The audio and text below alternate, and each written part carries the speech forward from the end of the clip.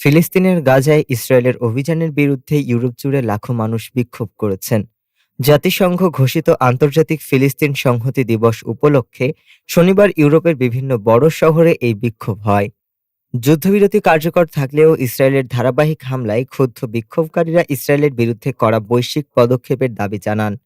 গাজায় স্বাস্থ্য মন্ত্রণালয়ের তথ্য অনুযায়ী ২০২৩ সালের ৭ অক্টোবর যুদ্ধ শুরুর পর এ পর্যন্ত ইসরায়েলি অভিযানে ৭০,০০০-এর বেশি ফিলিস্তিনি নিহত হয়েছেন। যুদ্ধবিরতির পরও ইসরায়েল প্রায় ৫০০ বার চুক্তি লঙ্ঘন করেছে এবং সাম্প্রতিক হামলায় আরও ৩৪৭ জন নিহত হয়েছে। প্যারিসে প্রায় ৫০,০০০ মানুষ রাস্তায় নেমে একসঙ্গে বলতে থাকে, গাজা, প্যারিস তোমার সাথে আছে। লন্ডনে প্রায় ১ লাখ মানুষ বিক্ষোভে অংশ নেয়। ইতালির রোমে অনুষ্ঠিত সমাবেশে অংশ নেন জাতিসংঘের বিশেষ রিপোর্টার ফ্রান্সেস্কা অ্যালবানিজ ও জলবায়ু কর্মী গ্রেটা থুনবার্গ। তারা ইসরায়েলের অভিযানে মানবাধিকার লঙ্ঘনের অভিযোগ তুলেছে।